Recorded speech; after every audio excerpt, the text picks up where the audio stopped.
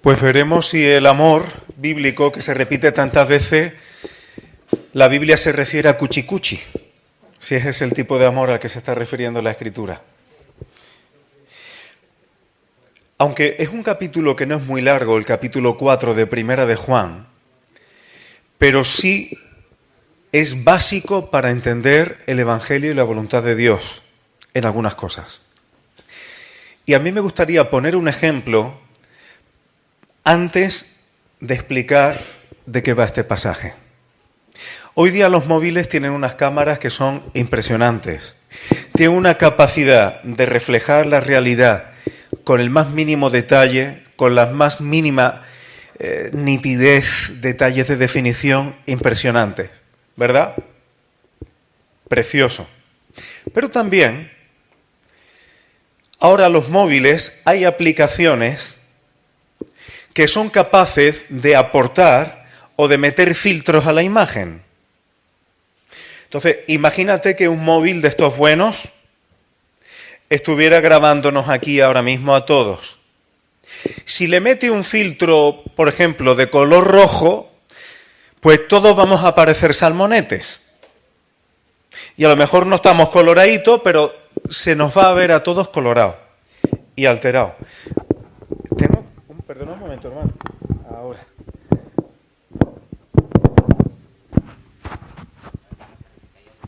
Hay algo suelto. Acabo de darme cuenta.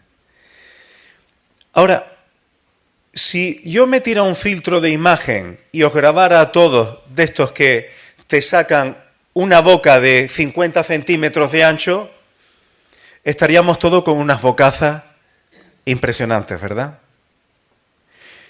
Me acuerdo, no hace mucho tiempo, durante la pandemia, en Australia los juicios se estaban celebrando online, fiscales, jueces, y recuerdo que se hizo viral un juicio online en el que, no sé si era el fiscal o el juez, ahora mismo no recuerdo cuál de los dos, pero sin darse cuenta activó un filtro.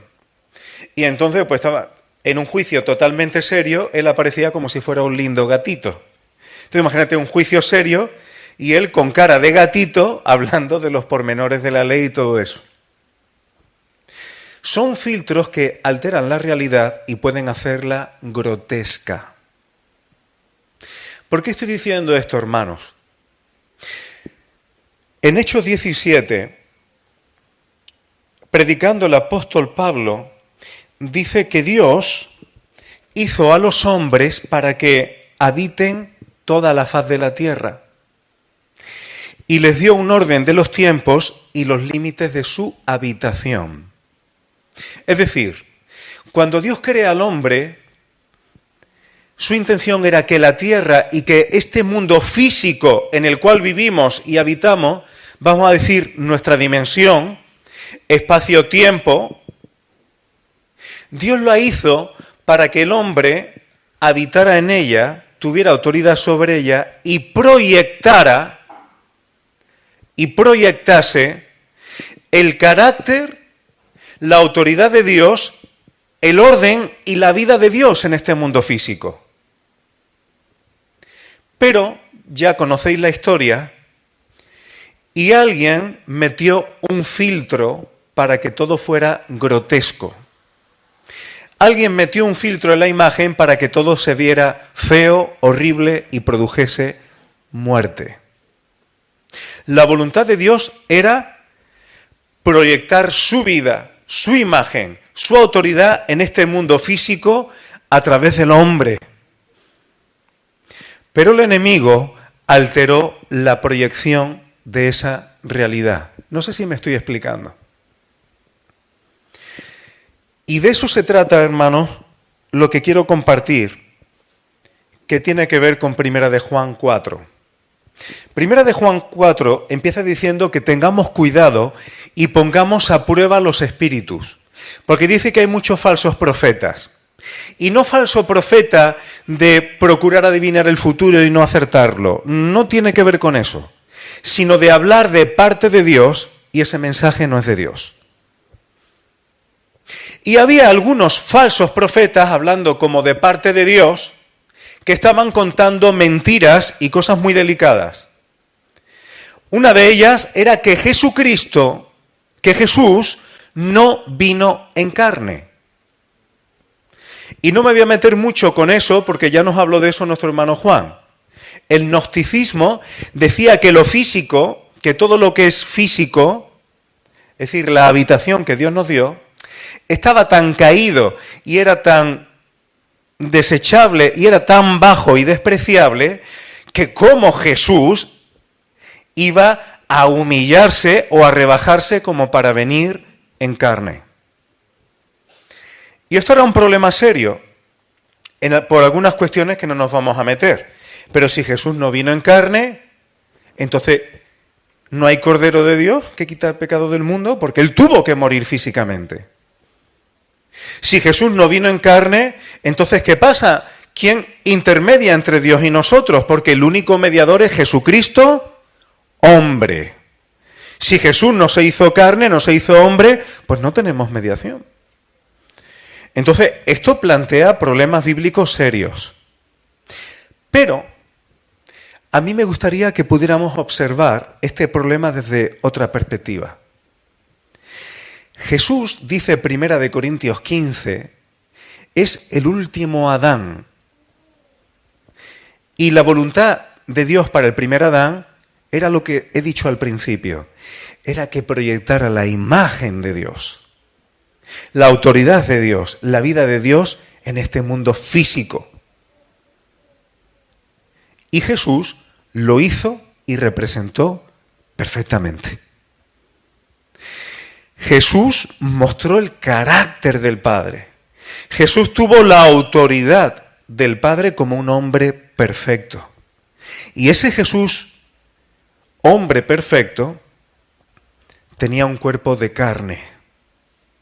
Y en este mundo, Él no vino a exhibirse como Dios, sino que Él vino a vivir como un hombre perfecto, sujeta a la voluntad de Dios.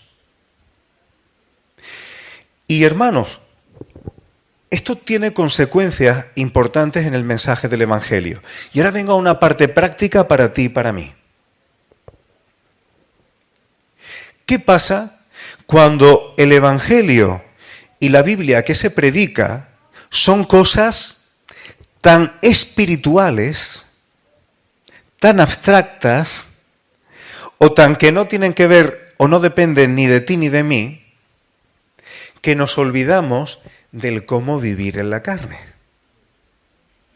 Hace un momento hemos hecho algo que representaba la carne y la sangre del Señor Jesús. Y Jesús dijo, esta es mi carne, esta es mi sangre. El apóstol Pablo dice en los Gálatas, lo que ahora vivo aquí, ahora, lo que yo vivo con mi cuerpo, lo vivo en la fe del Hijo de Dios, lo que yo vivo en la carne. Eso quiere decir que en tu día a día, en mi día a día, yo tengo que vivir en la fe del Hijo de Dios. Pero ¿qué tal si nos dedicamos toda nuestra vida cristiana a hablar de la Trinidad? ¿Qué tal si nos dedicamos toda nuestra vida cristiana a hablar si la venida de Jesús es antes o después de la tribulación? ¿Qué tal si nos dedicamos toda la vida cristiana a debatir si Dios es un varón que tiene barba o no tiene barba? Hermano, lo digo un poco en tono jocoso, y yo no digo que no haya doctrina. Bueno, lo último era una tontería, obviamente. Yo no digo que no haya doctrinas que tengan que ver con las cosas, vamos a decir, celestiales o espirituales. Pero si yo me enfoco en esas cosas, para decir, tú tienes que creer esto, esto, esto y esto, y ahora ya el cómo tú vivas, eso es cosa de tu vida privada. Eso es falsa profecía. Eso es falso evangelio.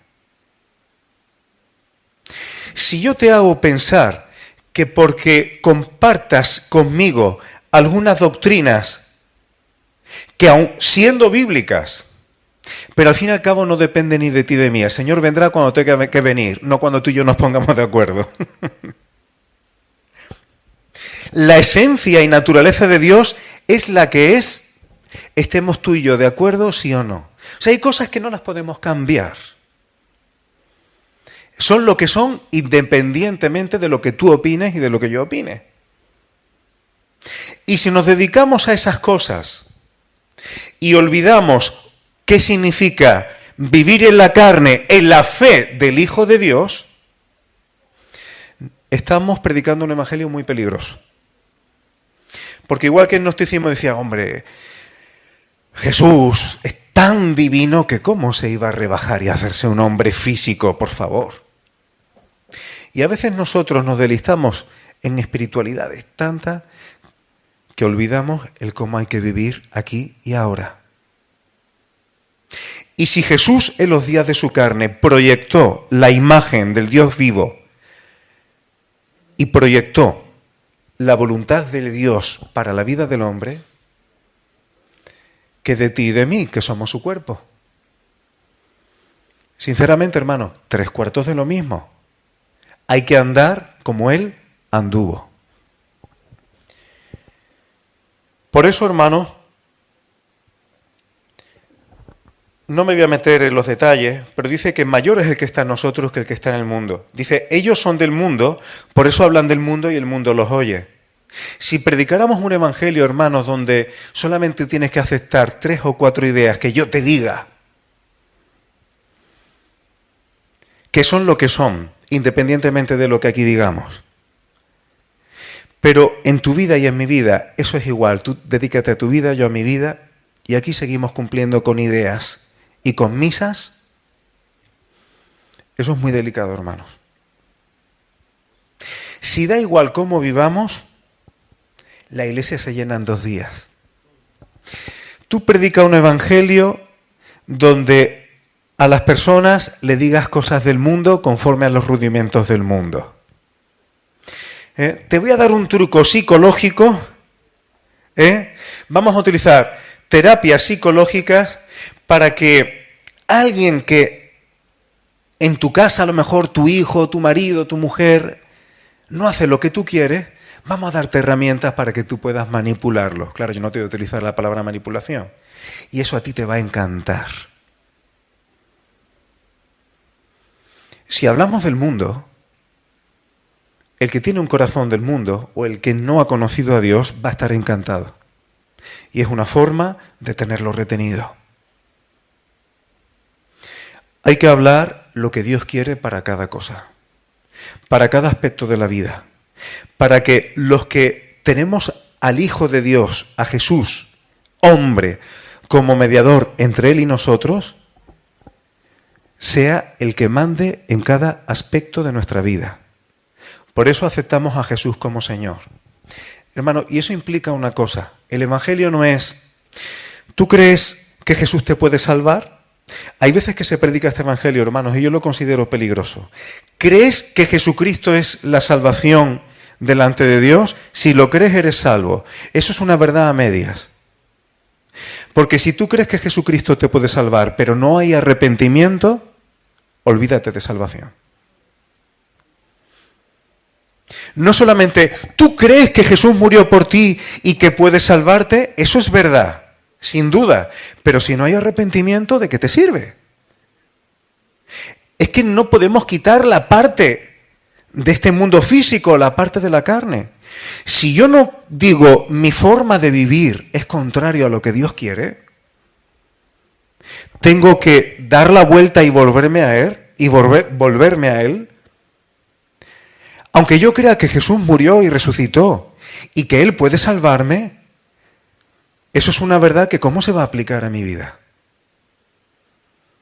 Por eso, hermanos, cuando dejamos las cosas en un plano teórico o espiritualoide, tenemos que tener cuidado, muchísimo cuidado, porque pudiéramos estar predicando un pseudoevangelio.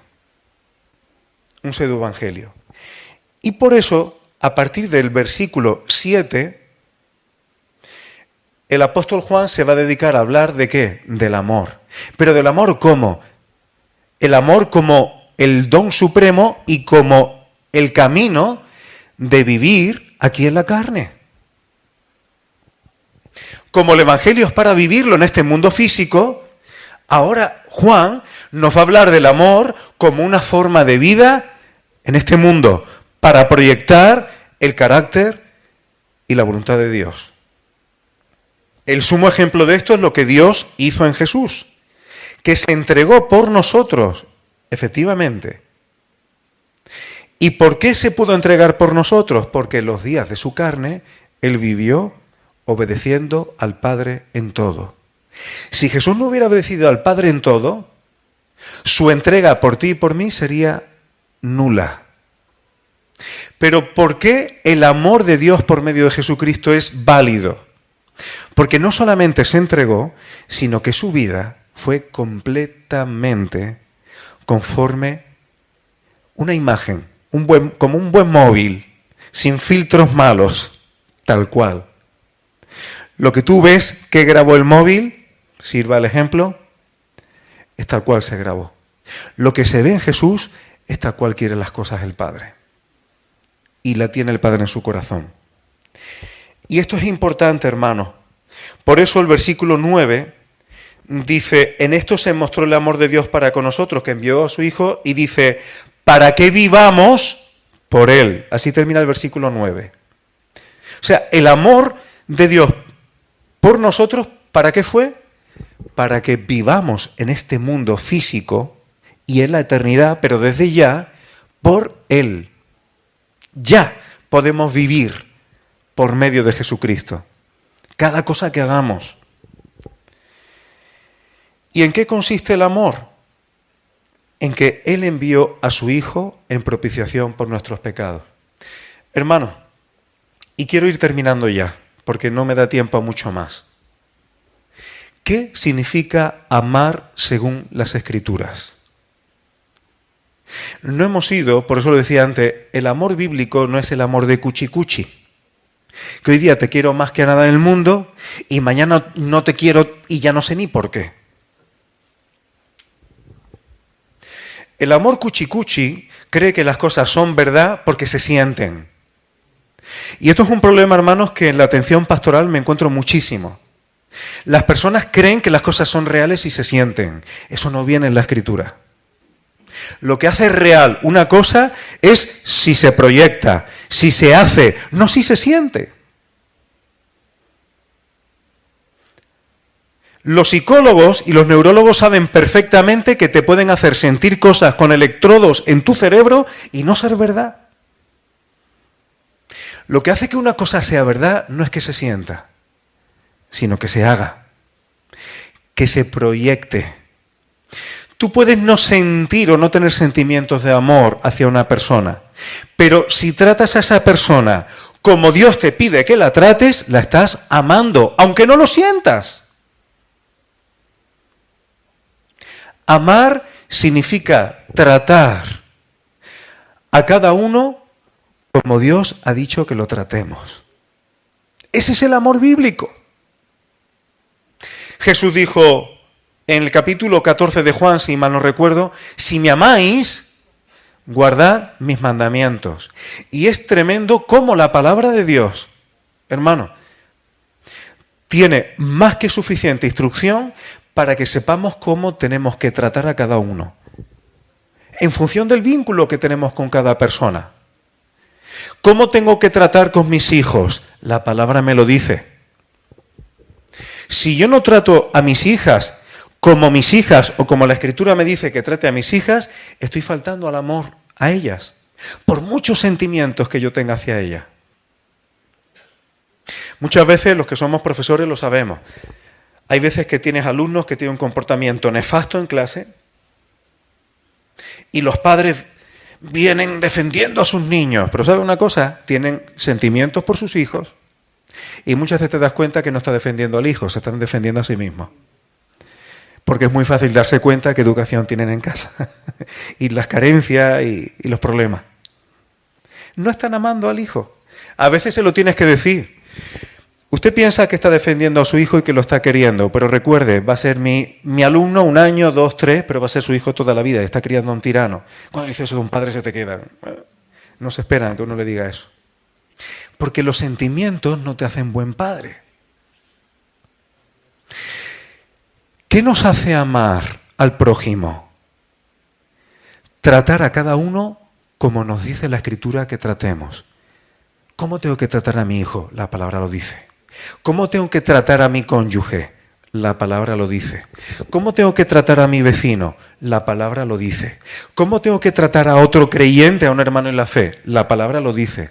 ¿Cómo tengo que tratar a alguien que no es creyente? También la palabra me lo dice. ¿Acaso no dice Deuteronomio? Jesús dijo, amad a vuestros enemigos. Eso quiere decir que si un enemigo mío me dice, me quiero casar con tu hija, ¿yo le tengo que decir que sí porque si no, no lo estoy amando? No. ¿Cómo me dice la Escritura que tengo que amar a un enemigo? Si tiene hambre, dale de comer. Si encuentro el buey de mi enemigo extraviado, se lo devuelvo. La palabra me dice cómo tengo que amar a cada uno. Pero si el amor lo dejamos en ese abstracto sublime, al final, según lo que tú definas que es amor y lo que yo defina que es amor, pues ya está. Y eso es un problema, porque eso es creer que el Dios es amor, es el Dios cuchi cuchi. Y la justicia de Dios la quitamos de en medio, y la severidad de Dios la quitamos de en medio. Y ¿sabes una cosa? El que dice que Dios es amor y que tenemos el Evangelio del amor y no lo define con los mandamientos bíblicos, te puedo garantizar que va a utilizar el Evangelio del amor para ser extraordinariamente egoísta. Y por eso, ya tengo que terminar, hermano, hay algo que es importante. Nos dice aquí el apóstol Juan, si alguien dice que ama a Dios y no ama a su hermano y lo aborrece, está mintiendo y no conoce a Dios. Dice, si a su hermano que lo ve, es decir, que está en este mundo físico, no lo ama, ¿cómo va a amar a Dios al que no lo ve? Y volvemos al principio. La prueba de que yo estoy conociendo a Dios es cuando a los que yo veo, a los que estamos en esta dimensión, los trato como Dios dice y proyecto la imagen de Dios. Cuando yo hago eso, entonces estoy amando a Dios y entonces puedo decir que conozco a Dios. Porque estoy proyectando su imagen a los demás. Pero si yo digo que amo a Dios y no trato a los demás como me dice la Escritura, la imagen que estoy proyectando no es la de Dios, sino la que a mí me parezca. Y eso es un problema. Y eso es un problema. Pero también es una responsabilidad, hermanos. Es que esto sería para largo y tendido. Si escudriñamos el carácter de Dios en la palabra y tratamos de vivir conforme a eso, habrá quien le guste y quien no le guste, pero ¿qué ven los demás? A Dios. El Dios que no se puede ver, ¿cómo lo pueden ver los demás? Cuando yo amo a los demás conforme al carácter y a los mandamientos de Dios. Por eso, hermano, es tan importante conocer la Escritura desde Génesis hasta Apocalipsis y conocer muy bien los consejos, la instrucción y los mandamientos de Dios. Porque si no, ¿qué voy a proyectar? Si Dios es amor, es muy bueno. Y eso significa que haga lo que haga, a mí me da igual porque te quiero mucho. Y estás mandando a la gente al infierno y estás condenando a la gente por un buenismo tuyo que en realidad es idolatría. Es idolatría a ti mismo. Quieres que todo el mundo piense bien de ti, quieres que todo el mundo te quiera y por eso vas de buenista y sacrificas los mandamientos de Dios para que la gente esté contenta contigo. Mucho cuidado con no ser falsos profetas. Hay que discernir los espíritus. Hay que amar, pero ¿cómo se ama? Tratando a los demás, no necesariamente como nos sintamos, sino como la palabra diga. Y el que hace eso, conoce a Dios. Qué preciosa es la palabra del Señor y cómo nos pone los puntos sobre las IE para que estemos seguros que estamos andando en su camino y no en el que nosotros pensemos que pueda ser su camino. Eso es importante, hermano. Amén.